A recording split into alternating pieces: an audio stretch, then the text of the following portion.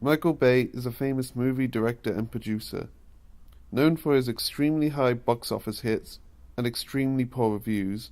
He's become the punchline for many people's jokes, for his use of explosions, special effects, crude humor, glorification of the military, and depiction of women and minorities. But his last two Transformer movies both made over $1 billion, as well as three Transformer movies making it onto the top 50 highest grossing movies chart. I analysed his movies to figure out why people love his films so much. The first thing that popped out to me while watching his movies is the constant movement of the camera and the explosions. He's constantly panning the camera, rarely using static shots. Why is this? It's because he's trying to make every scene dynamic and eye-catching.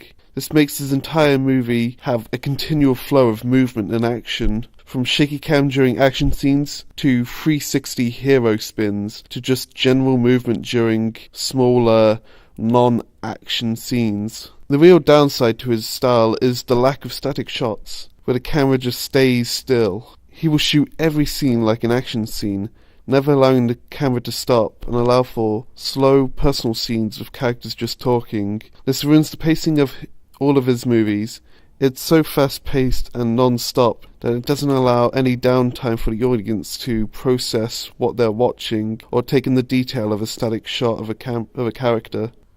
When Micheal Bay directs an action scene, he tries to make it as big and dynamic as possible.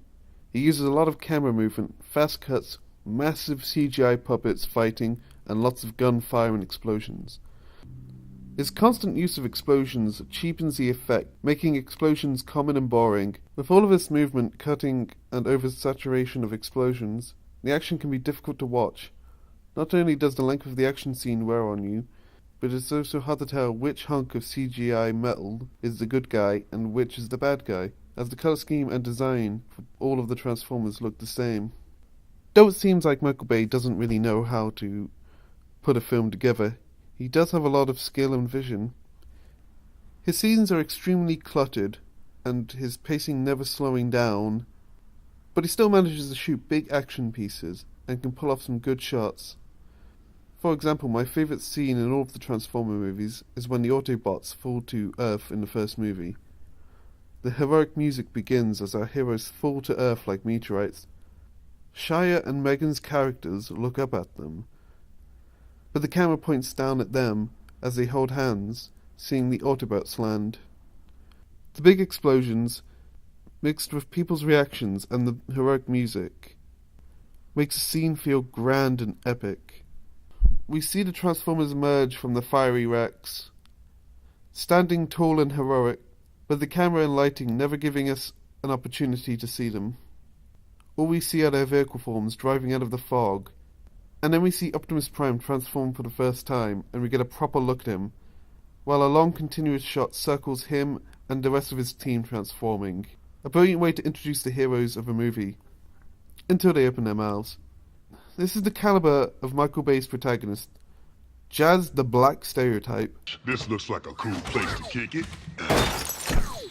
Ironhide the Pop Culture Device, You feeling lucky, punk? and Ratchet, who just makes an awkward puberty joke. The boy's pheromone levels suggest he wants to mate with the female.